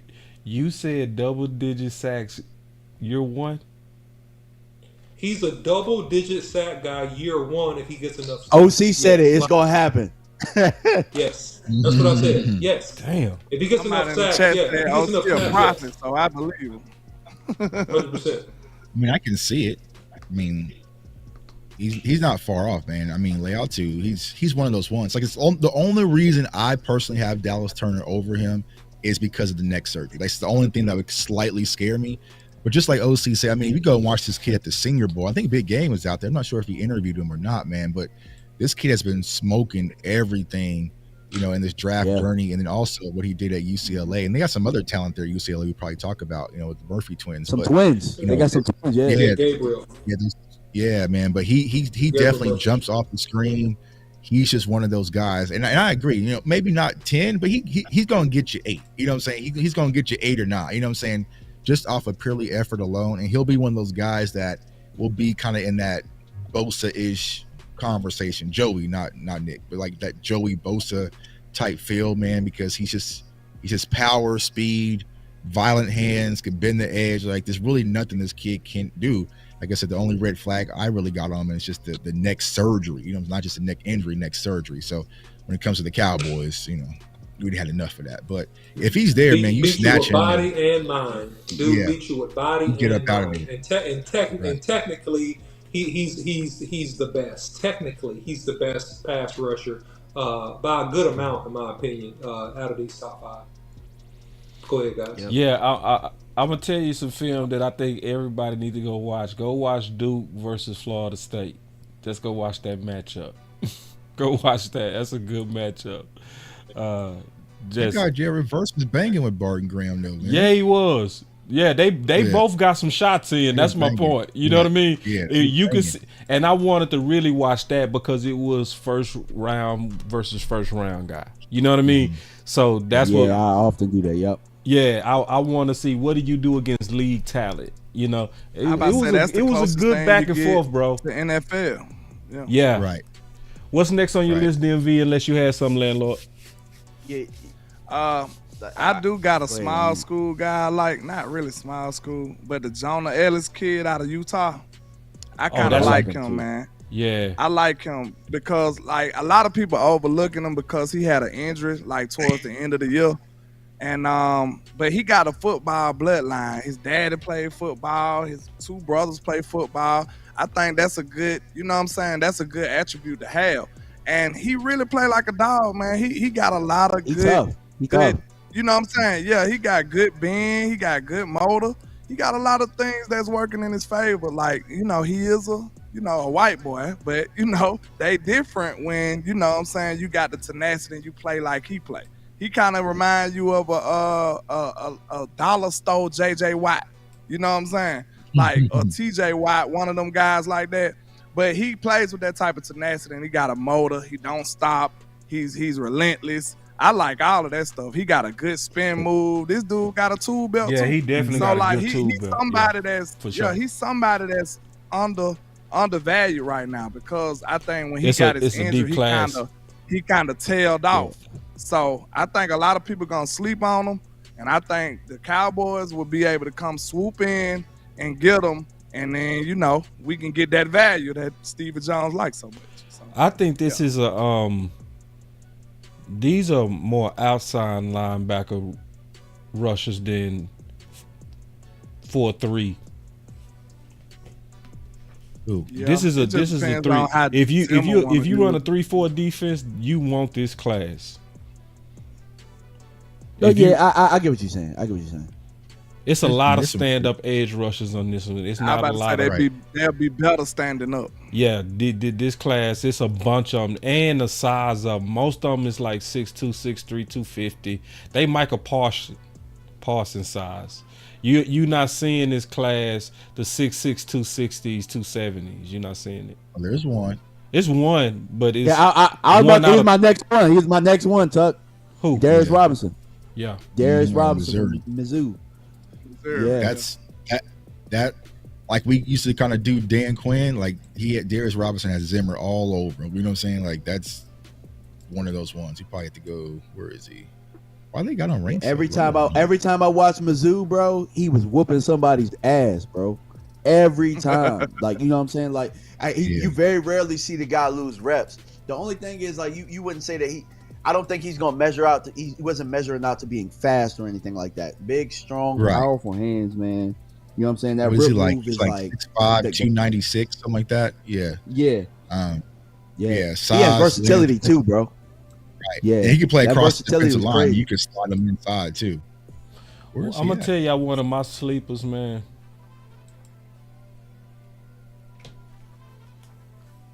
Brennan Jackson. Yeah. Yep. He one of my sleepers. Low key, the Pac-12, boy. Pac-12 was kind of tough, low key. Yeah. I like what I saw to him, especially his motor. Play real old school player, man. I feel like he also one of those traditional defensive ends that Zimmer like. He not an outside linebacker. He can put his hand in the ground.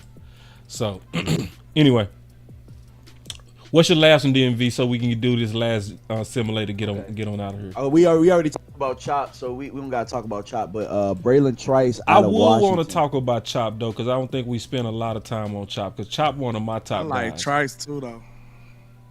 Yeah, Chop, man, look, bro, athletic, explosive. We talked about Micah Parsons a little bit, you know what I'm saying? But he to me, he's a little bit raw, but he has the ability to be a game changer. You know what I'm saying? His frame right now, for what we saw, looks a little bit lean, but that motor is ridiculous. Yeah. Oh my God. Like, motor is something that like, to me, remember Mozzie last year, we didn't like Mozzie's motor. I didn't. You know what I'm saying? I did not.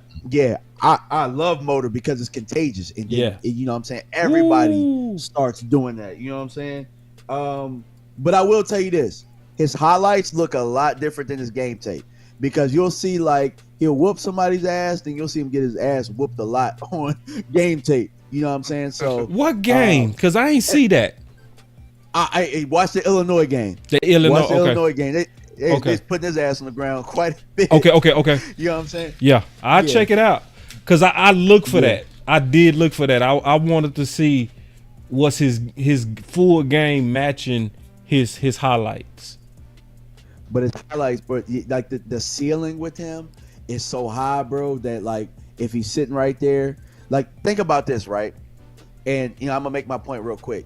Kansas City the last 2 years have needed receiver, and what have they gotten? They went and got edge guys. They went and got Karlaftis. They went and got Felix last year. Like, they made it a point that we want to be able to rush the passer to make our defense a little bit better, and it did make their defense better. You know what I'm saying? They were able to rush the passer and they were able to stop the run.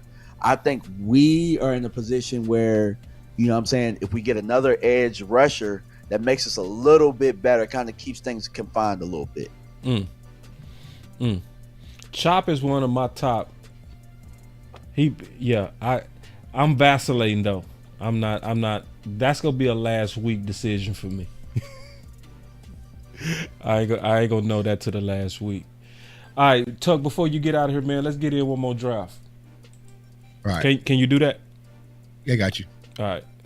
Also consider Chop's running mate and just Isaac too, man. On the other side, like he's has the same ability, kind of very solid prospect, man. He has violent hands, hand placement, good leverage. He's like 6'4", 250-ish, something like that. So he's a good quality guy. No, just Isaac, the other kid from Penn State. Oh, okay. On the other side, yeah. So he's another good one, and another sleeper. A lot of people not talking about. I'll mention him on Twitter is Jalen Green. He's out of JMU. He's 6'1", 240, but the kid had 18 sacks. You know what I'm saying? The season, and he got injured, so he's coming off a knee injury. So for Boss Cowboy, who likes those undrafted free agents, there might be another one that's sitting there. That's a guy who has a very high motor.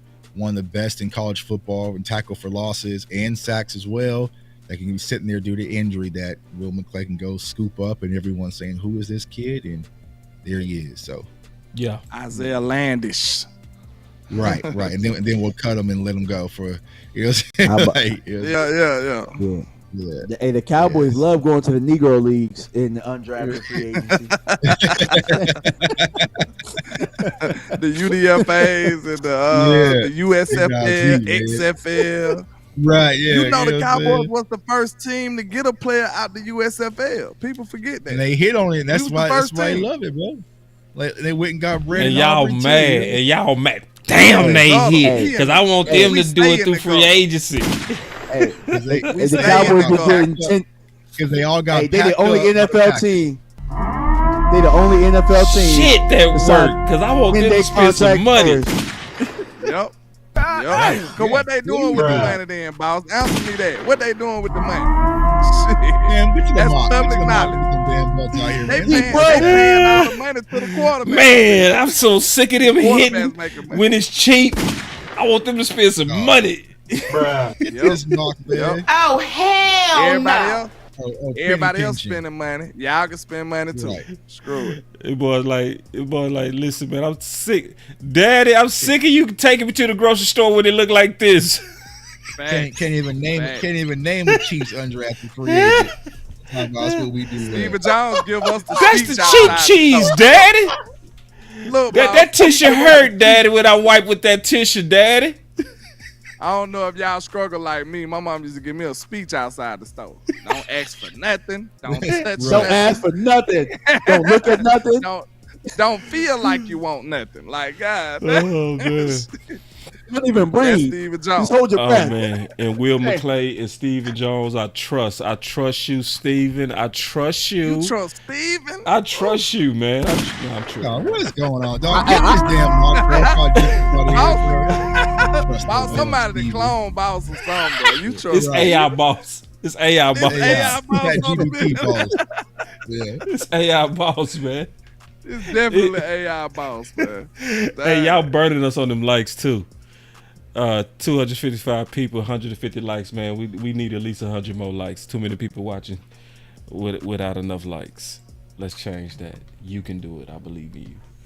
Man, let's get this draft.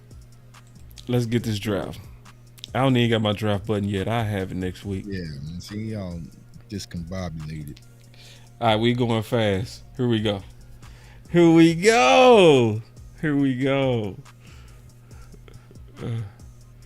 All right. Ooh. Interesting. That first trade might not have been that bad. But yeah. Oh, yeah. Talk about I didn't even look at it. Not tonight. All right. Go. Okay, I got you. Hold on. We gotta sign we gotta sign a tiebreaker. That's UDFA. All right, I'm tiebreaker. I mean, y'all gotta go first then. No, you can go. No, y'all go, cause I'm the tiebreaker. Okay. All right, hold on real quick. Let me look at it. Offense. Oh, that's easy for me. It's easy for me.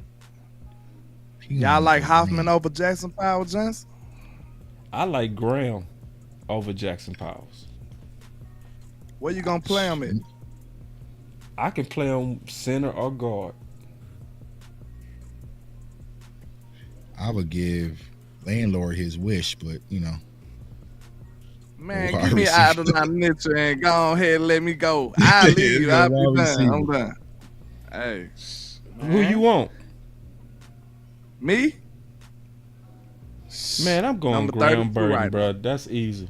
Number 32 right now. Man, good Dak, one of them young receivers, but he gonna go crazy. Tiebreaker. We got us a fight. Did the OC leave? Yeah, he gone. Oh, okay. Who's it between? I think we got. The fight is between. Right now it's Graham and Mitchell. Graham. I'm gonna go Graham. Graham and Mitchell. Yeah. Right. So why are we skipping over Jackson Powers Johnson? Well, yeah, I was wondering that question. That to me, I wanted to get a fight out of that one. But, I can fight. I'll fight this all day. I just looked at Powers again today, and I looked at Graham today. Just Graham is just way more athletic. I can see him doing more, especially versatility wise, and he fits what we do in Dallas, which is versatility. We are very high on versatility with our offensive linemen. A guy that plays center, guard, and tackle is our guy. I also believe in that because we've needed that before, where we needed the flexibility in Tyler Smith, and it paid off for us. So I do want to follow what they've been doing in that, and that best player to me is Graham. And I feel like now, who's a more natural center That's Jackson easily. You know what I mean? Right? That's easily. But for the flex, for the instant improvement, Graham. I'm gonna go with Graham Barton. If I'm which position he better at, then, boss? He's gonna have to play guard. He can't play tackle at the NFL level. I'm about to say, which position is he best at? I would say left guard and center. Left guard is the most ideal.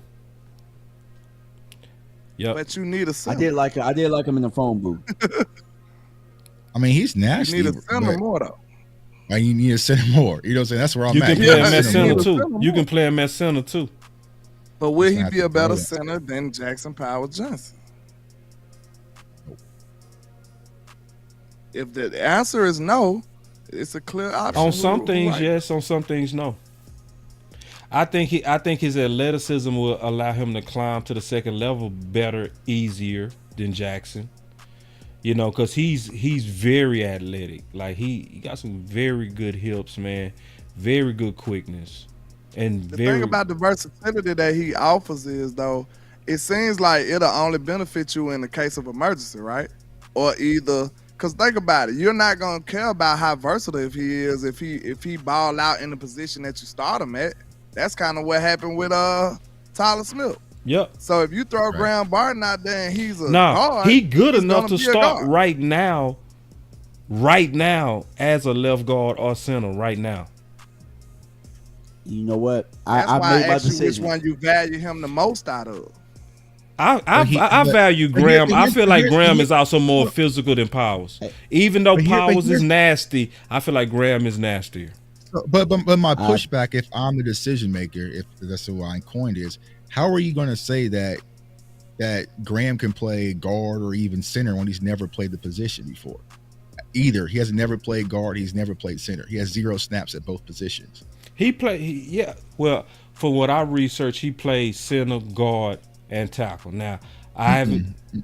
So you said he ain't played it at all? He's played 1,000%. No, he hasn't had any snaps. No, he has 0 snaps at any of those two positions. Then I'm wrong on that. Then my research was wrong. Yeah, now you can convert him.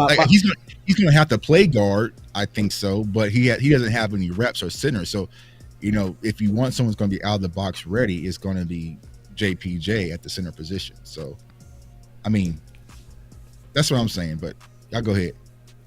No.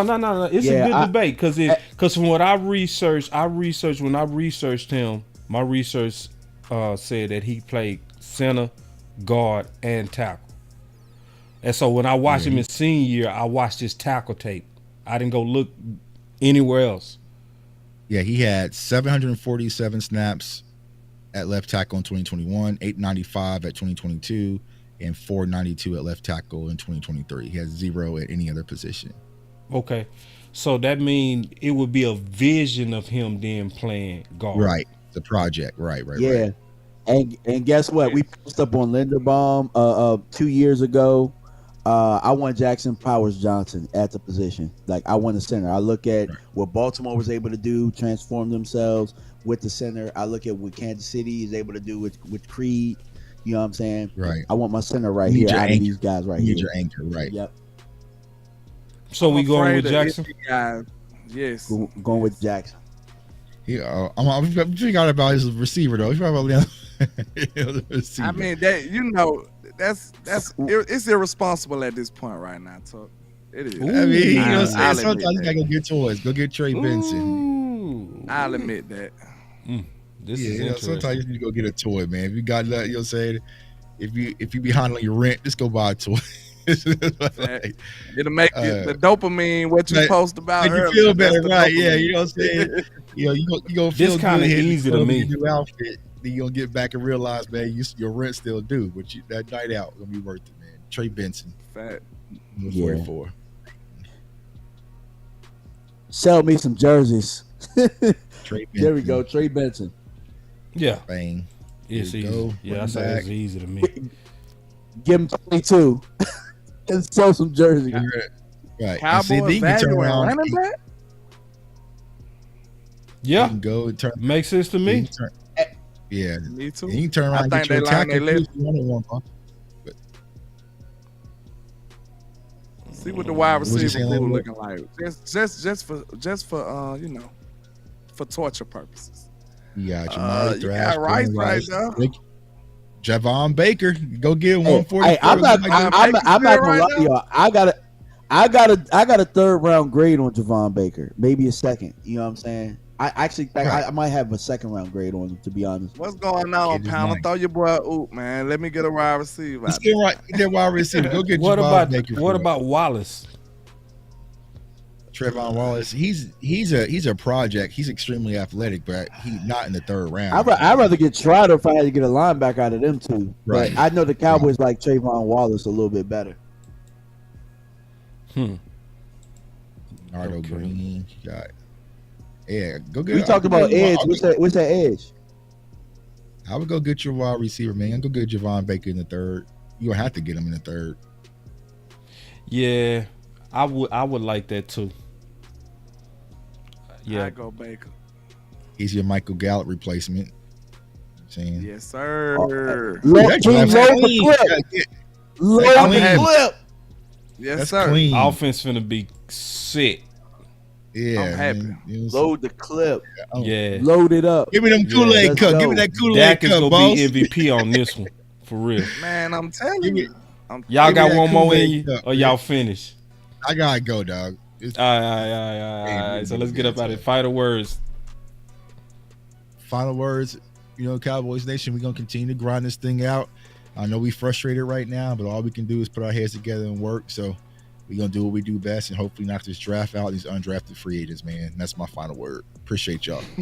My final word is I see a way. I believe that we can still have a good team. 10 to me is our bottom. I would take that bet with you right now, but I bet it. I bet it right now. I already locked it in. I ain't gonna lie, I already locked it in. I locked it in the under, but it's all good. Yeah. I would take that bet. Yeah. Cause see, this is my logic on that bet. My logic is Dak, even when he had the worst defense in franchise history, he go average you 10. He go get you 10 wins on just his talent. And going into year 2 of this offense, he go play better, which is crazy. He go play even better. He had the worst. Defense in franchise history. He broke his ankle, bro. Yeah, I know. Getting cooked that year. Yeah, I know, but he was. But you remember losing the Cleveland Browns when you had? Yeah, I remember. A watermelon kick to. I remember, but Dak, when Dak plays a full season, he go average 10 wins. He go average you 10 wins. Line's at 10. Over unders at 10.5 right now. So I ain't telling nobody what to do with their money, but. Yeah, I mean, yeah. Wait till after the draft, though. You gotta wait till after the draft. 9.5. I would have been over. Nah, bro. Hey, bro, slam it right now. If they do what I want them to do, if it's 10.5, I'm going under. Okay, yeah. So that's what I'm saying. But if it's 10, I'm going over. That's under 10.5. So you saying like the 10 is pretty much the max, right? Yeah. 10 wins. Yeah, okay. We go win, man. We go get us 10 wins. Are we gonna go to the playoffs and win a playoff game? No comment. All right, y'all. That's all I gave you my final word.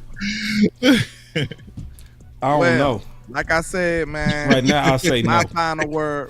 My final word would be, I thought the main objective was to get better, and I feel like the team hasn't done that. You know what I'm saying? That's why I'm concerned. Of course, we got people that we can project, and we got hope. We got a lot of stuff that we can consider.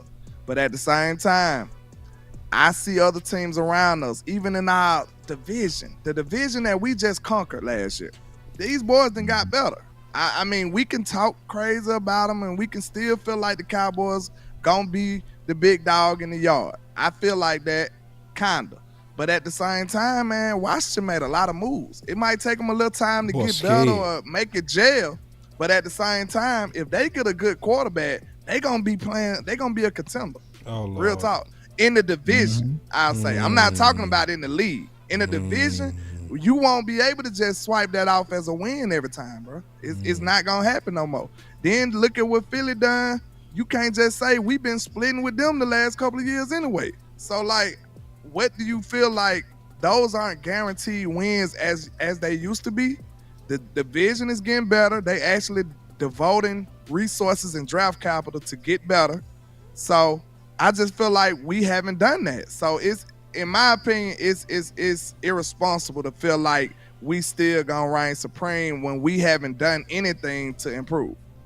And that's my final word. Yeah. I think that, my final word to start it with is talk about Stephen Jones. I wanted to say that Stephen Jones is going to tell you, it's not going to tell you what you want to hear, but he's going to give you some truth, right? Well, I will tell you this. Stephen Jones has lied about one thing when he talks about building the championship team. What they're doing right now is not championship-like. See, when you're trying to build a championship team, you're trying to get over the hump. With the Cowboys, what their formula has been with the undrafted free agents like we talked about, and with the draft without major free agency, is fielding a roster. You know what I'm saying? You're trying to be competitive. That's not the same thing as trying to win a championship. So, but with that being said, moving forward, we already know what this team is, what they're going to do as far as the front office is concerned.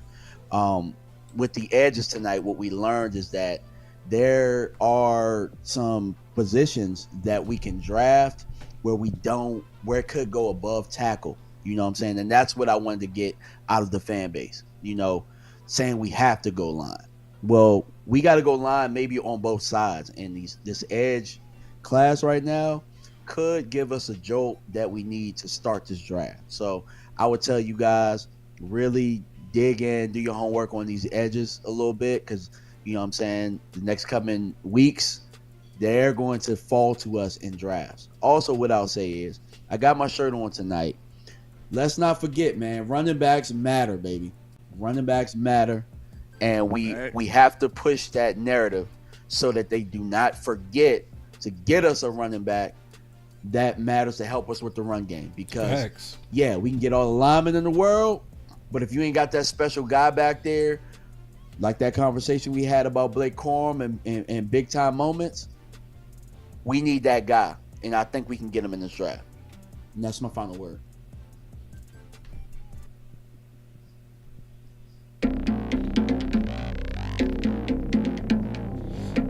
Good final word, fellas.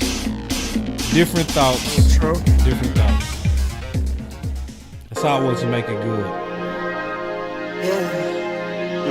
I just wanna run. So, Landlord. Can we check or something? Yes, sir. You look like you back feeling bad, bro. You feeling bad again? I had you feeling good when we was on the phone. You made me feel a little better, but I kept thinking about it. You know what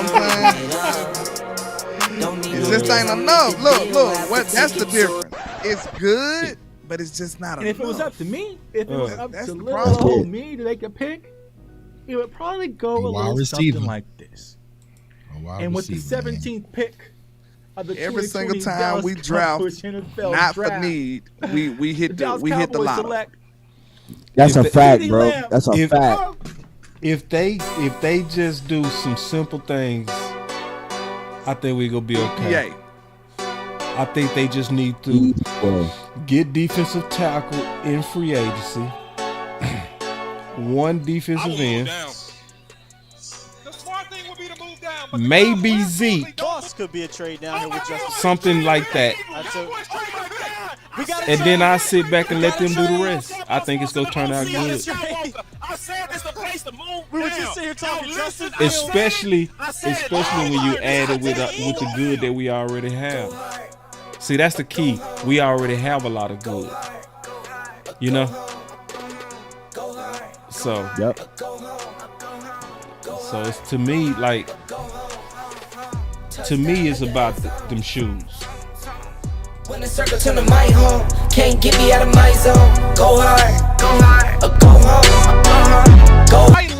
I love Parsons as a rush defensive end, right? If you draft him and you put him on the end, turn him into another DeMarcus Ware.